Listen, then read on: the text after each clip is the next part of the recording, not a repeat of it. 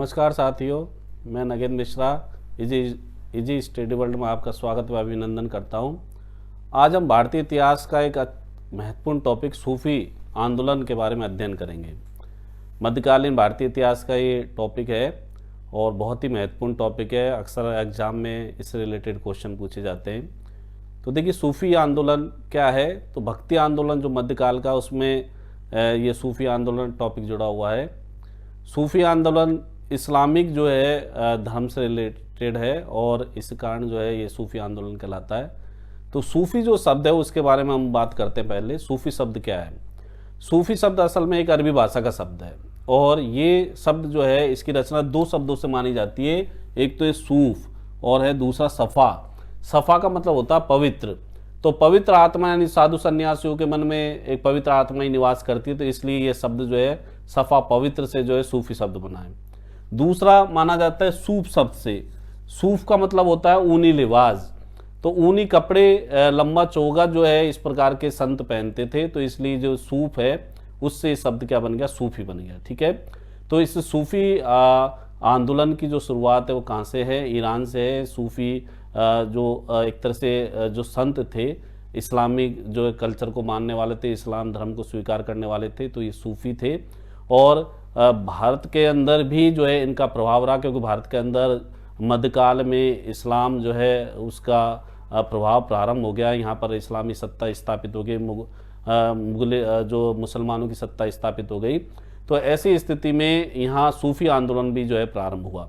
सूफी आंदोलन ने ना सिर्फ इस्लाम के अनुयायियों को ही प्रभावित किया बल्कि हिंदू अनुयायियों को भी प्रभावित किया। बहुत सारी ऐसी चीज़ें जो हिंदू धर्म में देखी गई थी वो माना यह जाता है कि सूफी या इस्लाम से ली गई। कुछ ऐसी सूफी जो थे, संत थे, उनके अंदर ऐसी चीज़ें देखी गई जो हिंदू धर्म से ली गई थी। ठीक है। तो इस पर आगे बढ़ते हैं। तो देखिए, जो सूफी जो थे, उनके जो सूफी आंदोलन का जो ये टॉपिक है उससे रिलेटेड कुछ टर्म्स हैं, जैसे पीर। पीर क्या होता था? सूफी जो संत हैं उनको क्या कहा जाता था? पीर कहलाते थे वो। ठीक है। और इनके अनुयायी क्या कहलाते थे? मुरीद या मुरीद कहलाते, इनके शिष्य या अनुयायी। और इनके उत्तराधिकारी क्या कहलाते थे? वली कहलाते थे। इसके अलावा सूफी संत जहाँ निवास करते थे उस स्थान को क्या कहा जाता था? खानका कहा जाता था। खानका। ठीक है। खानका कहा जाता था। और इस खानका में 3-4 कमरे बने हुए होते थे। मैक्सिमम जो है मिट्टी के ही जो है बने होते थे। और इसमें एक बड़ा हॉल भी बनाया जाता था जिसको जमेत खाना कहा जाता था। और सूफी संत इसमें बैठकर ही जो है लोगों को अपना जो है उपदेश दिया करते थे। ठीक है। और इसके अलावा एक शब्द और आता है यहाँ पर है, वो है समा। समा क्या होता है? सूफी जो संत थे वो क्या करते थे? रात रात भर संगीत की महफिलों का आयोजन करते थे और ये संगीत की महफिलें ही क्या कहलाती थी? समा कहलाती थी। ठीक है। इसके अलावा जो है मलफुजात है। मलफुजात क्या कहलाता है? मलफुजात जो सूफी के द्वारा जो प्रवचन दिए जाते थे वो क्या कहलाते जाते? मलफुजात कहलाते थे। इसके अलावा मकतूबात है। ये जो है सूफी संतों के जो पत्र वार्तालाप से संबंधित जो बातें लिखी जाती थी वो क्या कहलाती थी? मकतूबात कहलाती थी। ठीक है। इसके अलावा सूफी जो आंदोलन था या सूफी जो संत थे वो हक व खलक के एकेश्वर पर विश्वास करते। हक क्या है? हक होती है आत्मा। ठीक है। और खलक क्या होता है? सृष्टि। तो सृष्टि हो और आत्मा के जो है मिलन की बात करते थे, यानी जो है हक और खलक की मिलन की बात करते थे। और इसी को जो है क्या नाम से जाना जाता है? वहदत उल वजूद। तो वहदत उल वजूद को स्वीकार करने वाले ये संत थे जो इस्लाम को मानते थे। ठीक है। अब ये सूफी जो संत थे इनको 2 भागों में बांटा गया है या 2 रूप में इनको देखा जा सकता है। एक तो थे बाशरा और दूसरे थे बेशरा। तो देखिए, बाशरा कौन थे? बाशरा वो सूफी संत कहलाते थे जो शरीयत या इस्लाम के जो कायदे कानून हैं उनको स्वीकार करते थे, कुरान को स्वीकार करते थे। वो थे बाशरा। नवाज इत्यादि का स्वीकार करते थे, मक्का मदीना को स्वीकार करते थे, तो वो कहलाते थे बाशरा। और दूसरा एक टर्म्स आती है वो है बेशरा। बेशरा वो थे जो इस शरीयत को स्वीकार जो है नहीं करते थे, कुरान को स्वीकार नहीं करते थे। तो इस प्रकार के जो सूफी संत थे बेशरा जो है कहे जाते थे। ठीक है। अब देखिए, इसमें जो पहला जो माना जाता है सूफी संत, उसको किस नाम से जाना जाता है? मंसूर बिन हल्लाज के नाम से। और पहली महिला जो सूफी संत है वो कौन मानी जाती है रहस्यवादी से, वो है रबिया। रबिया को जो है पहला सूफी जो है महिला संत माना जाता है। ठीक है, अब देखिए आगे बढ़ते हैं। भारत में इन सूफी जो संप्रदाय थे इनका प्रभाव किस प्रकार से था। तो देखिए यहाँ पर संप्रदाय तो हमारा जो है हिंदू धर्म से रिलेटेड एक वर्ड हो गया, लेकिन यहाँ सूफी के जो संप्रदाय से रिलेटेड वर्ड है वो है सिलसिला। तो सूफी सिलसिले कौन कौन से थे और इनका भारत में किस प्रकार से प्रभाव रहा, पहले कौन सा है, तो उस बारे में बात करते हैं। तो देखिए सबसे पहले भारत में चिश्ती सिलसिला का प्रारंभ हुआ, उसके बाद सोहरावर्दी सिलसिला आया, इसके बाद कादरी सिलसिला आया, इसके बाद फिरदौसी है, फिर नक्शबंदी है, फिर सरतारी है। ठीक है, सिलसिले केवल ये 6 ही नहीं है, सिलसिले बहुत सारे थे, 12-16 इनकी संख्या भी है, लेकिन ये प्रमुख रूप से 6 ऐसे सूफी जो है सिलसिले माने जाते हैं जिनका प्रभाव भारत में देखा जाता है। ठीक है, तो इनके प्रभाव को देखने के साथ साथ आप पहला जो नंबर लेते हैं वो है चिश्ती सिलसिला। तो देखिए चिश्ती सिलसिला भारत में सबसे पहले आया और ये माना जाता है कि ख्वाजा मोइनुद्दीन चिश्ती किसके साथ आए, मोहम्मद गौरी के साथ भारत आए। ठीक है, और मोहम्मद गौरी के साथ ये जब भारत आए तो इनके द्वारा अपनी खानका कहाँ स्थापित की गई थी, अजमेर में स्थापित की, ख्वाजा मोइनुद्दीन चिश्ती के द्वारा। ठीक है, इनको गरीब नवाज के नाम से भी जाना जाता है, क्योंकि ये जो चिश्ती सिलसिले के जितने भी संत हैं वो क्या रहते थे, फटेहाल रहना पसंद करते थे। इनके द्वारा किसी भी सुल्तानों से कोई जागीर वगैरह जो है नहीं ली गई और ये केवल भेंट वगैरह पर ही जो है अपना जो है निर्वाह करते थे। कुछ 1-2 अपवाद है जैसे हमीउद्दीन नागौरी हैं जिनके द्वारा कृषि कार्य किया गया, तो ऐसे भी जो है सूफी जो संत थे वो भी देखे गए। तो मूल रूप से जो चिश्ती सिलसिले के जो संत थे वो फटेहाल ही रहे, गरीबी में इनके द्वारा अपना जीवन निर्वाह किया गया। तो ख्वाजा मोइनुद्दीन चिश्ती है, इनकी दरगाह कहाँ पर अब इस समय अजमेर में। ठीक है, तो देखिए दरगाह शब्द क्या है, खानका ही होता है। खानका वो स्थान होता है जहाँ सूफी संत निवास करते हैं, वो खानका होते हैं। जब तक ये जिंदा रहते हैं तो वो खानका कहलाता है, मरने के बाद वही स्थान क्या होता है, दरगाह कहलाता है, वहीं इनको दफन कर दिया जाता है, तो दरगाह वो कहलाता है। ठीक है, तो ख्वाजा मोइनुद्दीन चिश्ती की खानका कहाँ थी, अजमेर में थी, और वहीं इनके द्वारा अपने जो है प्रवचन दिए गए। केवल इस जो है इस्लाम को मानने वाले ही इनके अनुयायी नहीं थे, हिंदू बहुत सारे हिंदू धर्म के लोग जो थे वो भी इनके अनुयायी बने। तो ख्वाजा मोइनुद्दीन चिश्ती थे, अजमेर में इनकी दरगाह है आज। ठीक है, और ये मोहम्मद गौरी के साथ भारत आए। अब इनके ही शिष्य थे जिनका नाम था हमीदुद्दीन नागौरी से आप समझ गए कि ये नागौर में इनके द्वारा अपनी खानका स्थापित की गई, इसलिए ये हमीदुद्दीन नागौरी के नाम से जाने जाते हैं। ये ख्वाजा मोइनुद्दीन चिश्ती के अनुयायी थे। ठीक है, और इनको सुल्तान उत तरीकीन भी कहा जाता है। सुल्तान उत तरीकीन का मतलब है कि सन्यासियों का सुल्तान, और ये व्यक्ति जो थे वो क्या करते, कृषि कार्य करते थे। ठीक है, इसके अलावा इसी जो है चिश्ती सिलसिले में एक और जो है सूफी संत हुए जिनका नाम था कुतुबुद्दीन बख्तियार काकी, जो कि इल्तुतमिश जो गुलाम वंश के शासक थे उनके काल में हुए। कुतुबुद्दीन बख्तियार काकी के बारे में विशेष बात यह है कि इन्हीं के नाम पर कुतुबुद्दीन ऐबक के द्वारा दिल्ली में कुतुब मीनार का निर्माण कार्य प्रारंभ करवाया गया। ठीक है, और उसी निर्माण कार्य को पूर्ण फिर किसने करवाया था, इल्तुतमिश के द्वारा इस निर्माण कार्य को पूर्ण करवाया गया था। ठीक है, तो ये कुतुबुद्दीन बख्तियार काकी हैं जो किसके जो शिष्य थे वो थे किसके, ख्वाजा मोइनुद्दीन चिश्ती के। ठीक है, चिश्ती सिलसिले के एक और जो है प्रसिद्ध संत हुए जिनका नाम था शेख फदरुद्दीन गजे शक्कर। ठीक है, तो शेख फदरुद्दीन गजे शक्कर को जो है बाबा फरीद के नाम से भी जाना जाता है, और इनके द्वारा मुल्तान में अपनी जो है खानका स्थापित की गई। ये जो संत थे, सूफी संत थे, ये बहुत गरीबी में इनके द्वारा अपना जीवन निर्वाह किया गया कि इनके लिए जो है खाने की भी जो है बंदोबस्त करना भारी हो जाता था, क्योंकि इनके द्वारा कई शादियां की गई, बहुत सारे बच्चे थे, तो बड़ा परिवार था। ठीक है, तो ऐसी स्थिति में इनके लिए थोड़ी सी परेशानी रहती थी।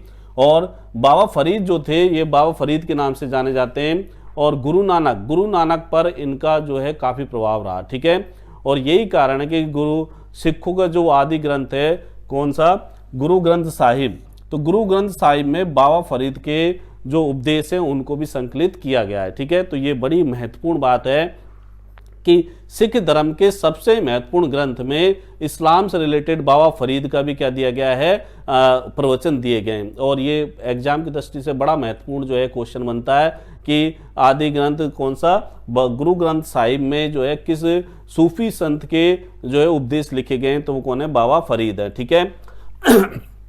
इसी कड़ी में आगे बढ़ते हैं कि चिश्ती सिलसिले के एक और संत हैं निजामुद्दीन औलिया। निजामुद्दीन औलिया जो कि चिश्ती सिलसिले के सर्वाधिक लोकप्रिय सूफी संत रहे और इनके द्वारा चिश्ती सिलसिले को काफ़ी फैलाया गया। ठीक है। निजामुद्दीन औलिया ने अपनी खानका कहाँ स्थापित की, दिल्ली में स्थापित की। ठीक है। इनको चिराग दिल्ली भी कहा जाता है। ठीक है। और इनका एक बड़ा ही प्रसिद्ध वाक्य है, वो कौन सा है, दिल्ली अभी दूर है। ठीक है। तो ये क्यों वाक्य बना, ये आप सभी जानते हैं कि इनके द्वारा जो है गियासुद्दीन तुगलक के बारे में बात कही गई थी। गियासुद्दीन तुगलक उस समय किसी बंगाल अभियान पे था और इनके द्वारा उनके जो पुत्र थे महमूद तुगलक के बारे में घोषणा कर दी गई कि वो जल्दी दिल्ली का सुल्तान बनने वाला है। इससे गियासुद्दीन तुगलक नाराज हो गया और इनको बंदी बनाने का जब आदेश दिया गया तो इनके द्वारा एक बात कही गई कि दिल्ली अभी दूर है। और यही हुआ कि गियासुद्दीन तुगलक जब अपने अभियान से लौट रहा तो दिल्ली के समीप ही उसकी मृत्यु हो गई। ठीक है। और ये जो थे सूफी संत निजामुद्दीन औलिया, इनके द्वारा दिल्ली के 7 सुल्तानों का शासन कार्य भी देखा गया था। ठीक है। ये योग करने में जो है निपुण थे, प्राणायाम योग जो है करते थे, इसलिए इनको योग जो है संत भी कहा जाता है। और ये एक कंपटीशन के हिसाब का एक बड़ा क्वेश्चन बनता है कि ऐसा कौन सा सूफी संत था जो योग विद्या भी जानता था, और वो कौन है, निजामुद्दीन औलिया। ठीक है। निजामुद्दीन औलिया के जो है एक और जो है प्रिय शिष्य था जो अमीर खुसरो के नाम से जिसको जाना जाता है, एक बड़ा साहित्यकार था। ठीक है। निजामुद्दीन औलिया ने एक बड़ी ख्वाहिश जो है अपनी प्रकट की थी कि भाई मेरे मरने के बाद जो मेरी कब्र हो उस पर कोई जो है बिल्डिंग का निर्माण नहीं करवाया जाए। ठीक है। कोई मकबरा नहीं बनवाया जाए। लेकिन इनके ही शिष्य थे मोहम्मद तुगलक जो कि तुगलक वंश के शासक हुए, तो उसके द्वारा इस पर बिल्डिंग भी बनवा दी गई थी। ठीक है। अब देखिए आगे बढ़ते हैं कि दक्षिण भारत में इन्हीं के शिष्य थे जिनका नाम था सैयद मोहम्मद गेसुदराज। ठीक है। इनके द्वारा जो है बहमनी राज्य में जो है चिश्ती सिलसिले का जो है प्रसार किया गया था। दक्षिण में चिश्ती सिलसिले को ले जाने का श्रेय किसको मिलता है, गेसुदराज को मिलता है। ठीक है। और इसी चिश्ती सिलसिले के अंतिम जो महत्वपूर्ण जो संत माने जाते हैं वो कौन थे, शेख सलीम चिश्ती। शेख सलीम चिश्ती कौन थे, तो शेख सलीम चिश्ती सिलसिले के एक बड़े संत थे। फतेहपुर सीकरी में इनके द्वारा अपनी खानका स्थापित की गई। और ये जो व्यक्ति थे इनके बारे में कहा जाता है कि अकबर को जो पुत्र प्राप्त हुआ था वो इन्हीं की दरगाह जो खानका थी वहाँ प्राप्त हुआ था, जिसका नाम अकबर के द्वारा फिर बाद में क्या रखा गया था, सलीम रखा गया। और ये सलीम ही जो है अकबर के बाद जहांगीर के नाम से अगला मुगल बादशाह बना था। ठीक है। तो ये शेख सलीम चिश्ती हैं, इन्हीं के नाम से जो है जहांगीर का नाम क्या था, सलीम था। ठीक है।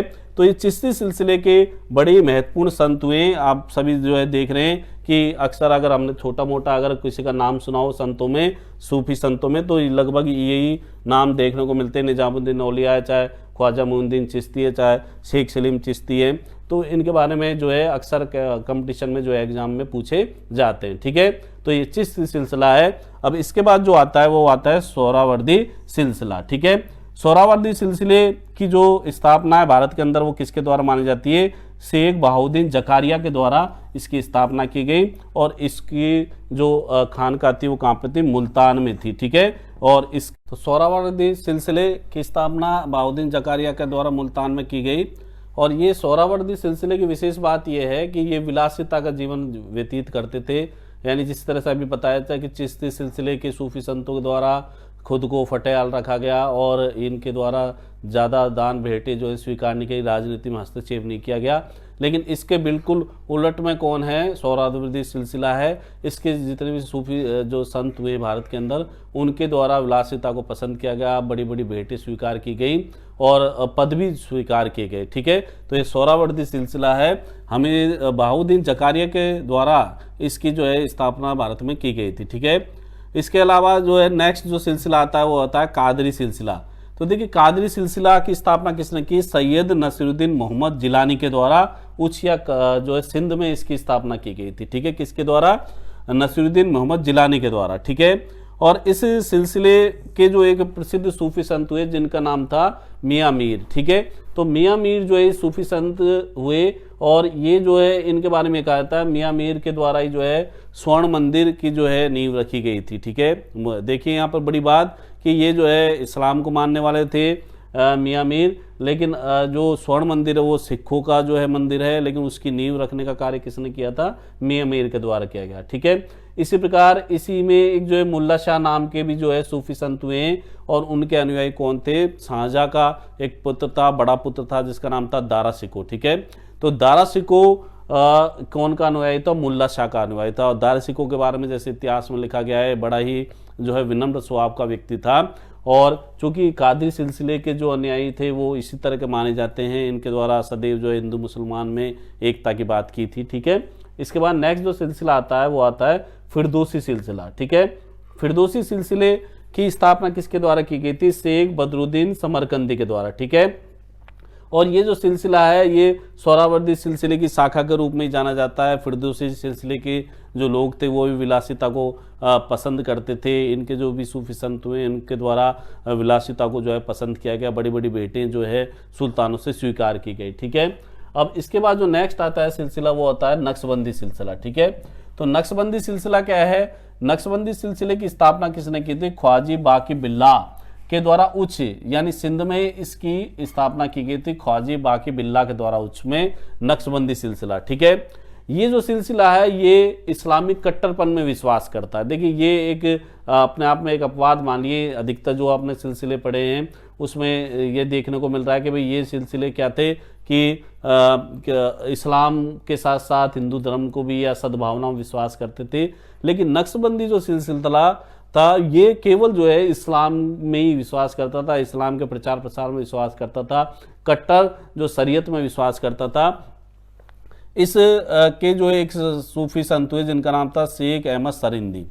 शेख अहमद सरिंदी जो है अकबर के और जहांगीर के समकालीन है, और शेख अहमद सरिंदी के बारे में विशेष बात यह है कि अकबर की जो सुलह कुल की नीति जो थी यानी धार्मिक सद्भावना की जो नीति थी उसकी आलोचना किसके द्वारा की गई थी? शेख अहमद सरिंदी के द्वारा की गई थी। और इससे परेशान होकर जो है जहांगीर ने इसको जो है सूफी संत को पकड़ के जेल में भी डाल दिया था, ठीक है। और ये जो थे ये असल में वहदत उल वजूद जो था उसको स्वीकार नहीं करते थे, बल्कि किसको स्वीकार करते थे? वहदत उल सुदूद को स्वीकार करते थे वजूद की जगह, ठीक है। और औरंगजेब जो थे मुगल बादशाह थे, शाहजहाँ के बाद जो शासक बने, तो औरंगजेब भी जो है किसको स्वीकार करते थे? नक्शबंदी सिलसिले को स्वीकार करते थे। और यही कारण है कि इन्होंने कट्टर इस्लाम में विश्वास किया। इस्लाम चूंकि आपको पता है कि पेंटिंग वगैरह में विश्वास नहीं करता है, तो कहा जाता है कि औरंगजेब के द्वारा पेंटिंग्स पर जो है काला रंग पुतवा दिया गया। और संगीत में विश्वास नहीं करता है, तो औरंगजेब के काल में बड़ा कोई संगीतज्ञ भी नहीं हो पाया, ठीक है। तो ये सब बातें इसलिए हुई क्योंकि ये जो औरंगजेब था ये नक्शबंदी सिलसिले में विश्वास करता था, और नक्शबंदी सिलसिला किस चीज़ में मान के चलता है? ये कट्टर इस्लाम में विश्वास करता है। तो देखिए बड़ी जो अनोखी बातें इन संतों के देखने को मिल रही है कि सूफी संत के जो चिश्ती सिलसिले के जो व्यक्ति थे या संत थे वो धार्मिक सद्भावना विश्वास करते थे, और इसी कारण जो है उस सिलसिले को भारत में सबसे ज़्यादा लोकप्रिय सिलसिले के रूप में देखा जाता है। इस तरह से सोहरावर्दी सिलसिला है, उनके द्वारा जो है भेंटें स्वीकार की गई, बड़े बड़े पद स्वीकार की गई, तो जाहिर सी बात है उनकी लोकप्रियता जनता में स्थापित नहीं हो पाई, ठीक है। और तीसरे नंबर की अगर बात करें नक्शबंदी सिलसिले की, तो ये चूंकि कट्टर इस्लाम में विश्वास करता था, इसलिए ये भी जो है केवल क्या है? इस्लाम के इर्द गिर्द ही रहा, ठीक है। अब इस कड़ी में आगे बढ़ते हैं। सत्तारी सिलसिला। सत्तारी सिलसिला जो है इसकी स्थापना जो है शाह अब्दुल्ला सत्तारी के द्वारा की गई थी। जौनपुर के थे ये व्यक्ति, और जो है इसी सिलसिले में एक मोहम्मद गौस नाम के सूफी संत हुए, और इनके बारे में कहा जाता है कि ये तानसेन के संगीत गुरु भी थे, ठीक है। मोहम्मद गौस जो है तानसेन के संगीत गुरु माने जाते हैं। तो साथियों ये जो प्रमुख 6 सिलसिले जो हैं देखे जाते हैं अपने एग्जाम के दृष्टिकोण से भी महत्वपूर्ण माने जाते हैं, और भारत में इनका प्रभाव भी रहा। इसके अलावा भी सिलसिले हैं, जैसे एक है रोशनिया संप्रदाय या सिलसिला, और इसके जो स्थापना बायजीद अंसारी के द्वारा की गई थी, ठीक है। इसके अलावा एक है कलंदरी संप्रदाय सिलसिला, और इसकी स्थापना किसने की थी? निजामुद्दीन कलंदर के द्वारा की गई थी। ये जो सिलसिले के जो लोग थे वो घुमंतु फकीर हुआ करते थे, यानी जो है इधर उधर घूमना इनका जो है खान का ये स्थापित नहीं करते थे। तो घुमक्कड़ साधु संत के रूप में जैसे हिंदू धर्म में देखे जाते हैं, तो उसी रूप में जो है कलंदी संप्रदाय के संत भी देखे जाते हैं। तो ये थे सूफी संत और जो है इनका प्रभाव। अब देखिए बात यह आती है कि सूफी आंदोलन का प्रभाव भारत में क्या रहा।